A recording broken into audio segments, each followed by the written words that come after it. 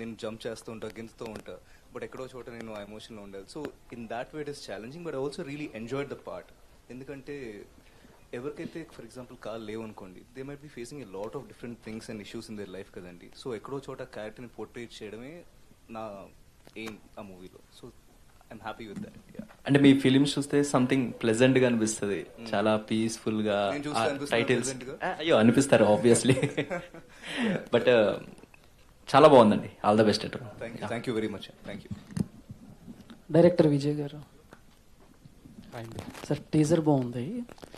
So అంటే మామూలుగా బేసిక్గా మేము ఎప్పుడు చిన్నప్పుడు గీతాంజలి చూసాము, హీరో సో వాళ్ళకి ఒక లోపం ఉంటుంది.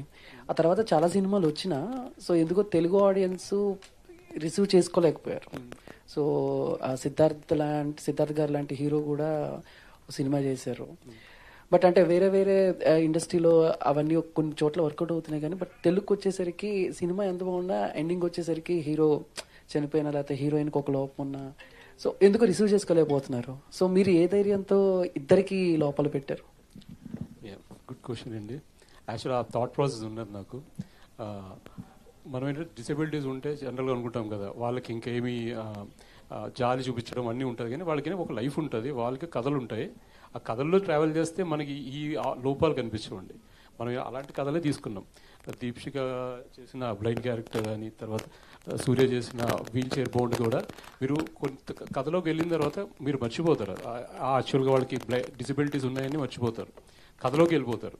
సో అట్లానే లాస్ట్ ఎండింగ్ అంటారా, మనం డిపెండ్స్ ఆన్ ఎండింగ్ మన కథ బట్టి వాళ్ళ ట్రావెల్ బట్టి ఏది ఎండ్ అవుతుందో అవుతుంది. దీంట్లో ఒక ఎండింగ్ ఉంటుంది. ఆ ఎండింగ్ కూడా ఏంటంటే ఒక వాయిడ్ క్రియేట్ అవుతుంది. ఆ వాయిడ్ని ఫుల్ఫిల్ చేయడం కూడా ఇంపార్టెంట్ అనమాట. ఆ వాయిడ్ మేము బాగా ఫుల్ఫిల్ చేసాం అనుకుంటున్నాం. ప్రేక్షకులు డెఫినెట్గా చెప్పినట్టయితే ఉగాది పచ్చడిలాగా బాధపడతారు, ఆనందపడతారు, అన్నీ జరుగుతాయి దీంట్లో.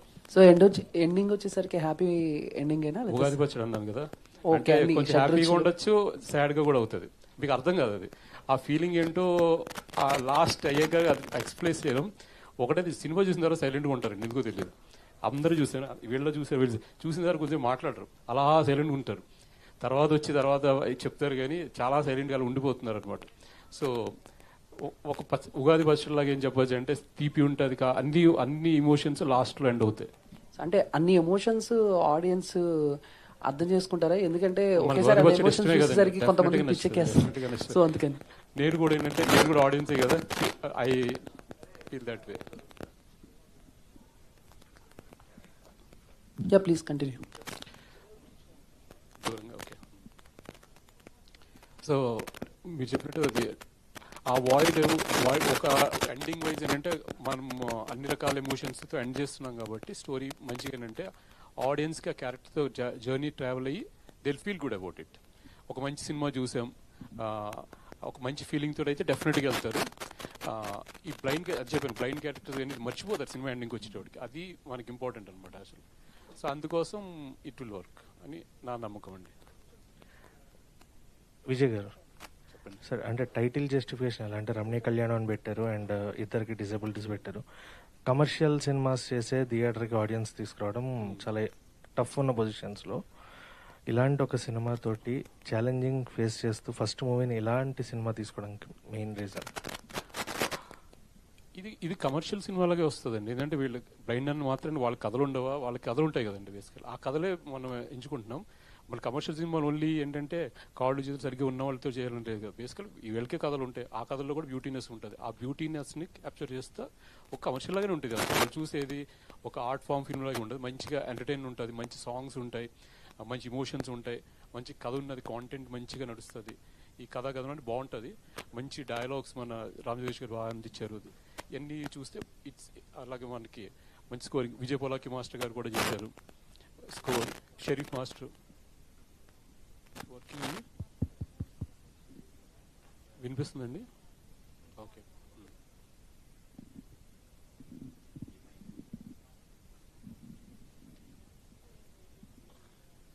హలో, బెటర్ అండి. ఓకే, యా డిసేబిలిటీని చూడొద్దండి, డెఫినెట్గా ఇది కమర్షియల్ సినిమా గారు చూడొచ్చు.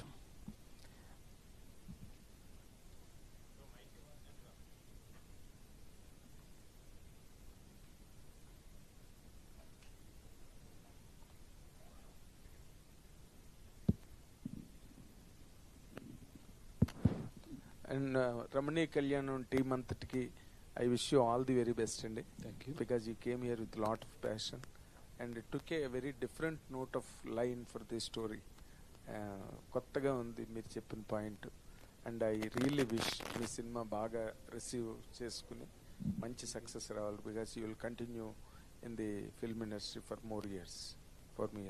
ఇప్పుడు ఈ కథని మీరు ఈ లైన్ని సెలెక్ట్ చేసుకోవడానికి మీకు ఏదైనా ఒక ఇన్స్పిరేషను, అంటే రియల్ లైఫ్ ఇన్స్పిరేషను ఎక్కడైనా చూడడం, అలాంటి క్యారెక్టర్స్ అలాంటివి ఏమైనా ఉన్నాయా?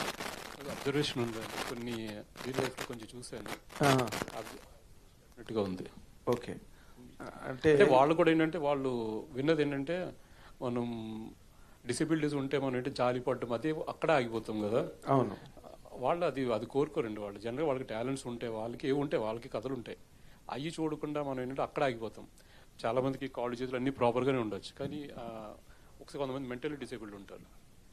సో అందుకనేసి అంటే వీళ్ళు ఏంటంటే డిసేబుల్డ్ ఉన్నా కూడా వాళ్ళ కథలు ఇంపార్టెంట్. వాళ్ళలో కూడా కమర్షియల్ కథలు ఉంటాయి. ఎందుకు ఉండకూడదండి వాళ్ళు? ఎందుకు ఉండకూడదు? అదే కాన్సెప్ట్ ఉంటుంది. మనం వాళ్ళని ఎందుకు చూడకూడదు అట్లా కూడా. ఎప్పుడంటే అంటే ఓకే ఒక టైప్ జాలీ టైప్లో చూడడం అనేది మానేయాలి. అది బేసిక్గా వాళ్ళ టాలెంట్స్ ఉంటే వాళ్ళకి ఎన్ని ఎంకరేజ్మెంట్స్ కానీ వాళ్ళ సపోర్ట్ కానీ లవ్ కానీ ఇవ్వాలి. కానీ మనం జాలి పడిన వాళ్ళకి జాలి అవసరం లేదండి. వాళ్ళకి కావాల్సింది సపోర్ట్, ప్రేమ. కోషిష్ చాలా పెద్ద హిట్. అవునండి. సంజీవ్ కుమార్ గారు వాళ్ళు యాక్ట్ చేసిన కోషిష్.